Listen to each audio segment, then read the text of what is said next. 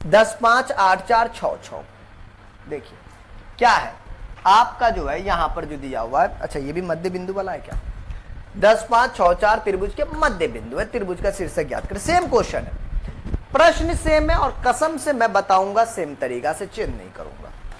ए हमारा जो है ये है, बी हमारा ये है और सी हमारा ये है। मैं इसको एक नाम दे देता हूं, अगर आपको कोई और नाम देना हो तो कोई दिक्कत हमें, देखो इससे इस चीज से दिक्कत नहीं होता एवरीवन कि आपको जो है कोई ऐसा मसला होता, ठीक है। अब यहां पर इसका जो है आप वैल्यू खाली डाल दीजिएगा। देखिए 10 5 8 4 आप चाहते हो कि किसका वैल्यू हम क्या डालें, तो देखो ये भी आप पे डिपेंड करता है कि आप किसका जो है क्या वैल्यू आप डाल सकते हो, ठीक है। हाँ जैसे देखिए मैं इनका जो हूं, अच्छा बाहर से डाल देते हैं, हाँ बाहर से ठीक होगा। 10 5 मैंने इसको आपको नाम दे दिया, बोलेंगे गुरुजी आप इसका 10 5 क्यों नाम दे दिए? अब देखो अब मैंने इसका 10 5 नाम दे दिए, मैंने 10 5 8 4, मैंने इसका लाइन से अगर नाम दीजिएगा तो अच्छा लगेगा, ये 8 4 नाम दे दीजिए, ठीक है। अगर लाइन से नाम दीजिएगा तो उसमें जो है थोड़ा सा मैंने उल्टा दिए थे, PQR थोड़ा सा लेकर, इसमें आप ऐसा करें। और ये आपका 6 6 है, ठीक है। तो ये आपका जो है 6 6 है, इस पॉइंट को जा अंदर नहीं बाहर करो, 6 6 इस पॉइंट को डाल दीजिए। ये P ये Q और ये आपका R हो गया, बेसिकली यही बात है। हाँ और मैंने पीछे वाले में एक काम किए थे कि मैं जो ना बाद में इसको थोड़ा सा चेंज किए थे, देखो त्रिभुज में यही, इसी के लिए जो हो सकता है कहीं आपको पहला वाला दूसरा वाला आपको उलट पुलट आपको दिखा होगा लास्ट में X1Y1, बस और कोई खास बात नहीं था। तो ये चीजें हमको वहां देखने को मिला था, नाम दे दिया। आप देखो इसमें एक्चुअली जो है हम लोग निकालेंगे 10 5 है, AB है। अब हम लोग जो है सिमिलरली कोई नाटंकी नहीं करेंगे, जब हम लोग 10 5 लेकर चलेंगे, ध्यान दीजिएगा क्या 10 5 मतलब मध्य बिंदु तो आपका ये हो गया जी, वही वाली बात लेंगे ना, माना कि त्रिभुज ABC है, ठीक है। ये पुरानी बात है, त्रिभुज ABC के क्या बाबू, ये आपको एक त्रिभुज है, माना कि त्रिभुज ABC मतलब आपको ये त्रिभुज है या फिर एक आपको इसके आपको शीर्ष, तो आप ऐसे लिख सकते हो, ठीक है। हाँ मैं पूरा मान लूं जैसे पीछे वाले में माने थे, ठीक है। माना कि ABC क्या है, एक त्रिभुज है, ठीक है, ये हो गया जी। फिर इसमें हमने आगे बोला था जिसमें जो है आपको बात किया जाए PQR जो है, PQR क्या है और R आपका मध्य बिंदु है, तो यहां पर आपको जो है ये मध्य बिंदु दिखा देंगे, R मध्य बिंदु है, ठीक है। ये बात मैंने यहां पर मेंशन कर दिया और कोई खास बात यहां पर था नहीं, ओके मतलब इस भुजाओं का मध्य बिंदु हो गया। अब यहां पर क्या करिएगा, X1 प्लस का X2 सिमिलरली, तो आपको इसका नाम दे देनी है X1 Y1, जैसे पहले वाले में नाम दिए थे, ये X2 ये Y2 ये X3 और ये Y3। बोलेंगे गुरुजी ये बात हमको समझ में आ रहा है जी, अगर ना समझ में आया तो ये बात हमको कह सकते हो। X1 प्लस X2, फिर वही बात है, X1 प्लस का X2 के बट्टा में 2 कर देनी है, ठीक है सर। अब बताइए आगे, आगे वही बता रहे जो आप देख रहे हो, ठीक है। दूसरी चीज है Y1 प्लस का आपको जो है Y2 कॉमा Y1 प्लस का Y2 के बट्टा में जो है आपको 2 करनी है। मैंने इस चीज को इसके बराबर कर देंगे, X1 प्लस का X2 के बट्टा में 2 बराबर का आपका हो गया 10, 10 दूना 20, तो X1 प्लस X2 का वैल्यू कितना आ गया, 20 आ गया। यही चीज है बाबू, इसे हम समीकरण का एक नाम दे दिए, नॉर्मल वाली बात थी और कोई खास बातें नहीं थी, ओके। तो यही चीज है। और जब हमने Y1 प्लस Y2 के बट्टा में 2 बराबर का 5 ले लिया, Y को Y के साथ बराबर करते हैं, बराबर बट्टा में 2 बराबर का ये, तो Y1 प्लस Y2 के बट्टा में जो है 5 दूनी 10, ये समीकरण का 2 हो गया। अब यहां पर से ये बात हो गई इनके बारे में। अब मेरे पास जो है ना Q के बारे में बात कर लेते हैं, मतलब X2 प्लस का X3। अब मेरे पास जो है Q की बात करते हैं, जब हमने Q मध्य बिंदु है, Q मध्य बिंदु क्या था, बोलेंगे सर जी Q मध्य बिंदु हमारा जो था 8 4 था, 8 4 के लिए एक क्रम हमने करने चला। अब देखो कि 8 4 बराबर क्या लिखोगे, फिर से X1 प्लस X2 होगा, लेकिन X1 की जगह पे यहाँ पे क्या काम कर रहा है, X2 प्लस का X3, बेसिक बात है। X2 प्लस का X3 के बट्टा में आपको 2 करनी है, वापस से y2 प्लस का y3 के बट्टा में 2 करनी है, y2 प्लस का y3 के बट्टा में जो है आपको 2 करनी है। हो गया, यही बात आती है, और कोई खास बात था नहीं बाबू। ओके, इसको बराबर कर लो, 8 बराबर का x2 प्लस का x3 के बट्टा में 2, 2 अट्ठे 16, x2 प्लस का x3 बराबर का 16, समीकरण का आपको 2 हो चुका है। तो 1 और 2 ये हो गया जी। बात है यहां से ये है एवरीवन कि आपको जो है ये बात करनी थी। अब मैं यहां पर से एक बात ये कह सकता हूं कि भाई x2 प्लस का x3 x1 प्लस का x2 निकल गया जी 20, और ये भाई मेरे पास जो है ये बात हो गई PQ। अब R के लिए चलते हैं, मतलब आपको जो है x1 प्लस का x3 बट्टा में 2 नहीं, अब R के लिए चलिएगा जब हमारा R मध्य बिंदु के लिए चलते हैं ना, मध्य बिंदु है ना बाबू, बोलेंगे जी सर जी।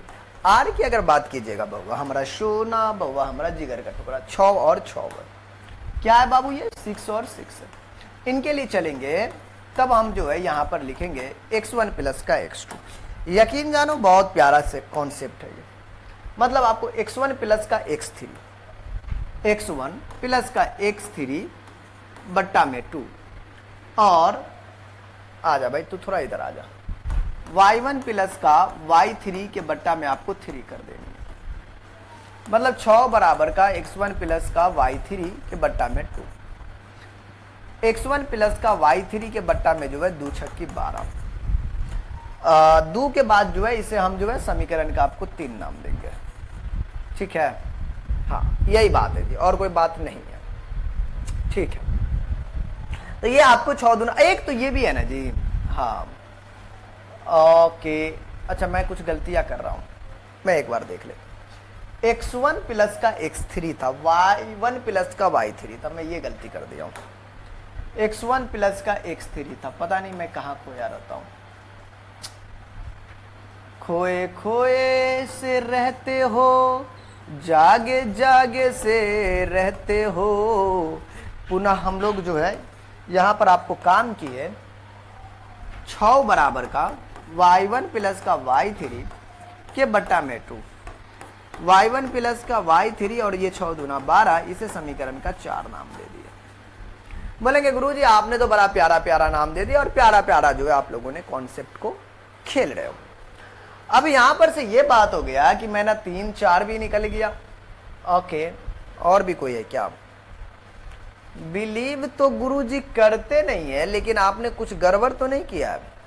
शायद मैंने एक चीज, कोई चीज को तो मिस कर रहा हूं यार। ये खेल लिए थे, ये इसके लिए खेल लिए थे, क्या दूसरा के लिए नहीं खेले थे? क्यों के लिए? 8 4 8 वाला को लेकर चले 16, y1 इसका।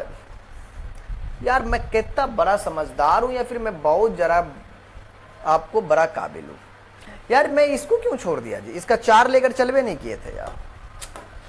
लग रहा है जी, मुझे लग रहा है मैं थोड़ा सा अभी नशा चढ़ चुकी है।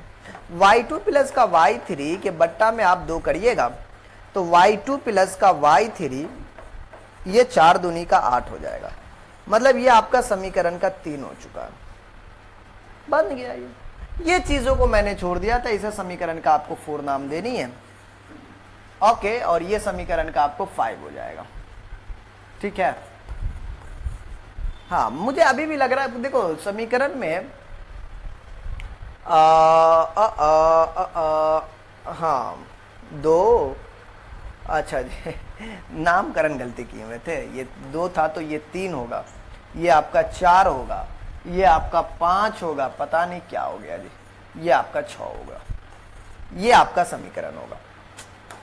अब आपको ये करनी है समीकरण का 1। बोलेंगे गुरुजी 1 वाला क्यों चक्कर खेलेंगे? क्योंकि x वाला है, 1 3 5 चलेगा, 1 3 और आपका 5। देखिए सबको जोड़ दीजिए, पुरानी बातें हैं। x1 प्लस का 1 प्लस का 3 प्लस का 5, इन सभी को आप क्या करिए, रेस्पेक्टफुली आप जो है इसे जोड़ दीजिए। बोलेंगे गुरुजी जोड़ेंगे तो कुछ ना कुछ तो बात होगी। बात होगी, बात बनेगी, कुछ बातें हैं जो आपको बनेगी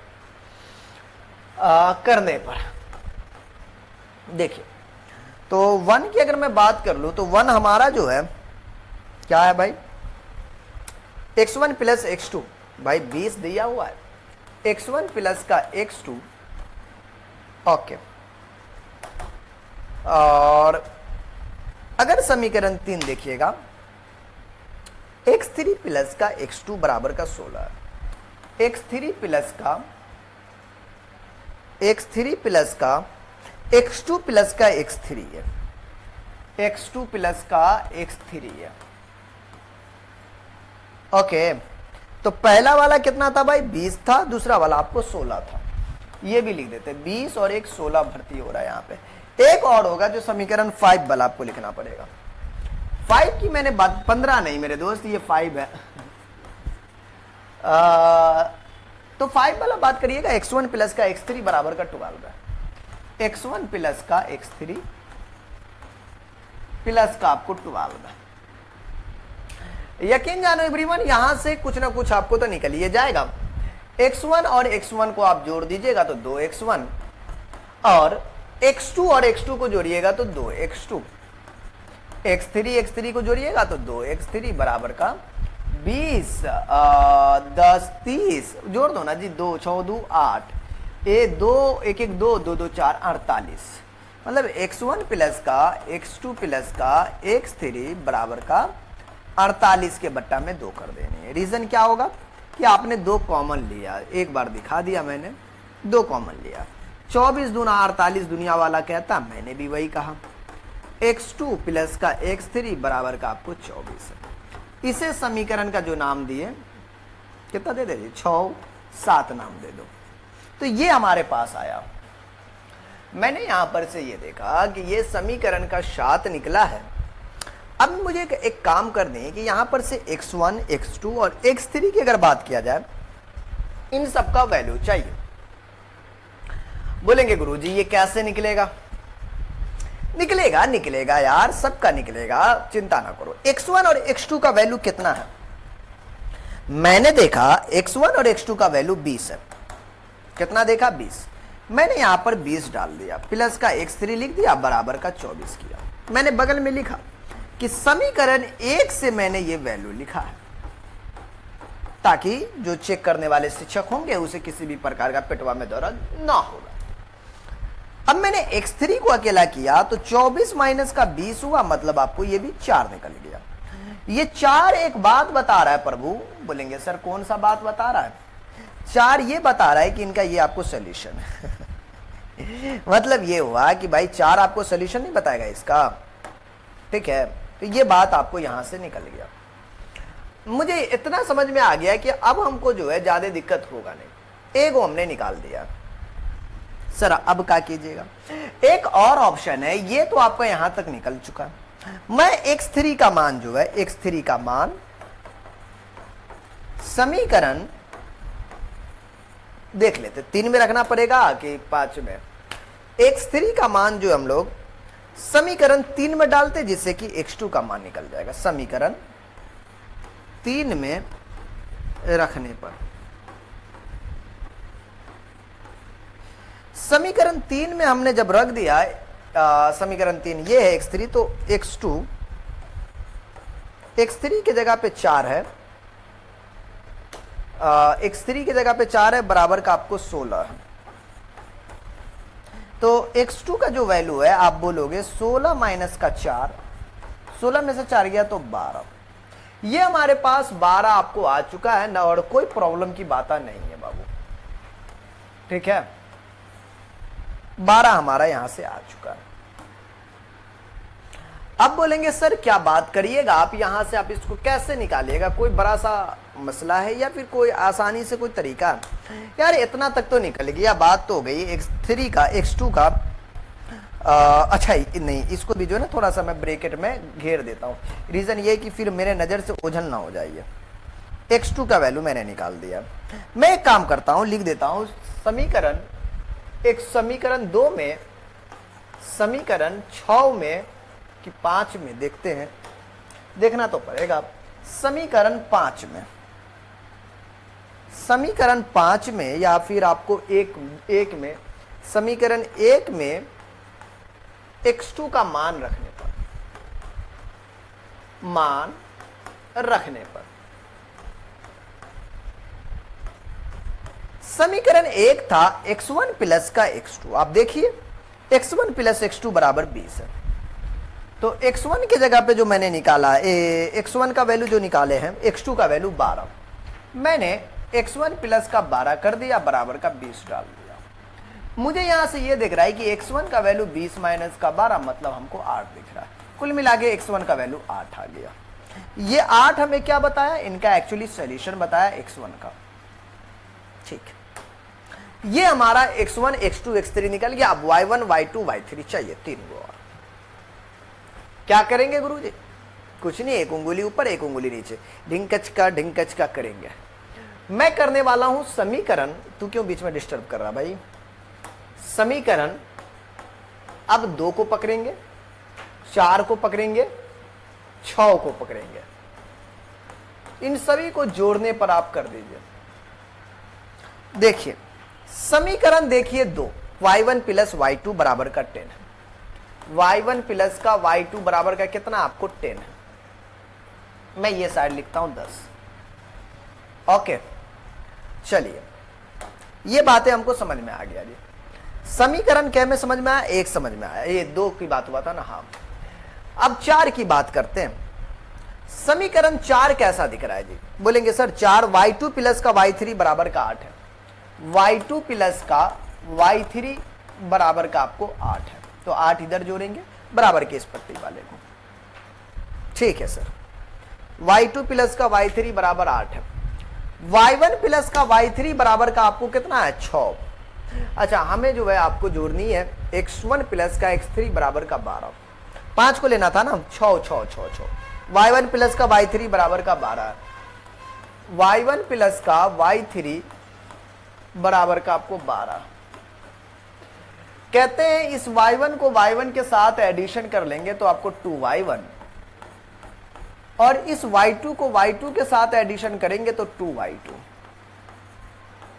इस y3 को y3 से एडिशन करेंगे 2y3, 12 8 20 10 30 हो जाएगा। ये y1 प्लस का y2 y3 जो गुना में आपको 2 होता है वो जाएगा आपको भाग में।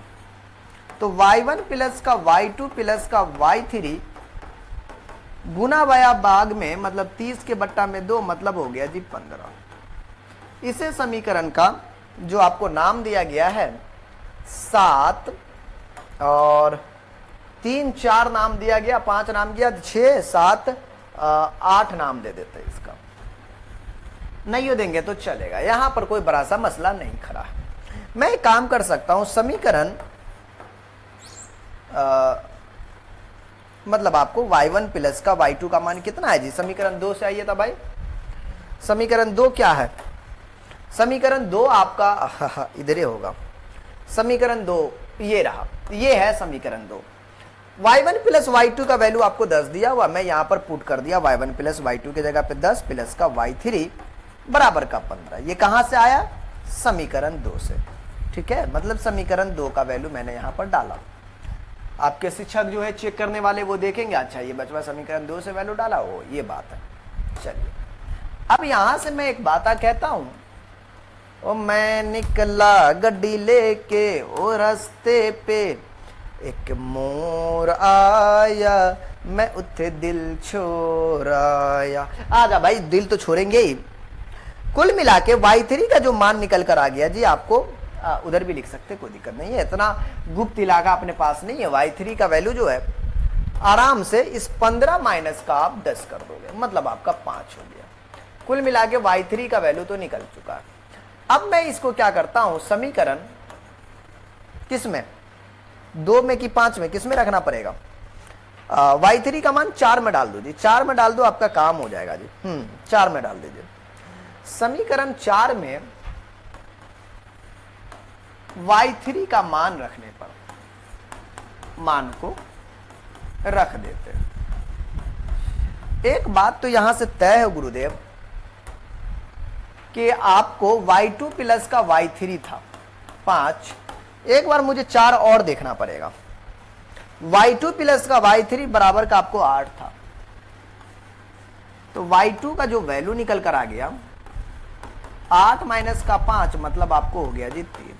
कुल मिला के जो y2 का वैल्यू निकल कर आया वो आपको हो गया जी 3। मतलब ये हमारा 3 आ गया और ये हमारा 5 आया।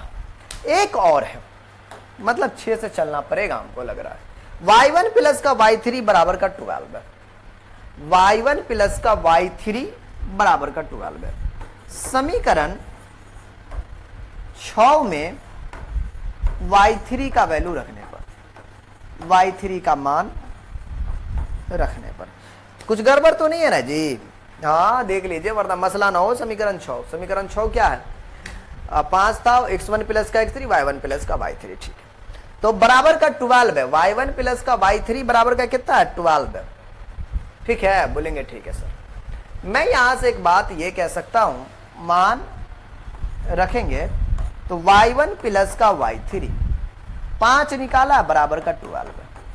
मतलब अगर आप देखोगे तो ये y1 का वैल्यू आपको, y1 का वैल्यू 12 माइनस का ये चला जाएगा 5, ठीक है। कुल मिला के y1 का जो वैल्यू निकल गया हमको, चलिए ना एक पेज ले लेते हैं।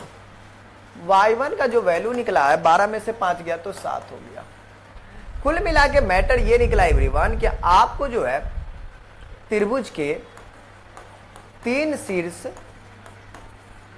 शीर्ष का निर्देशांक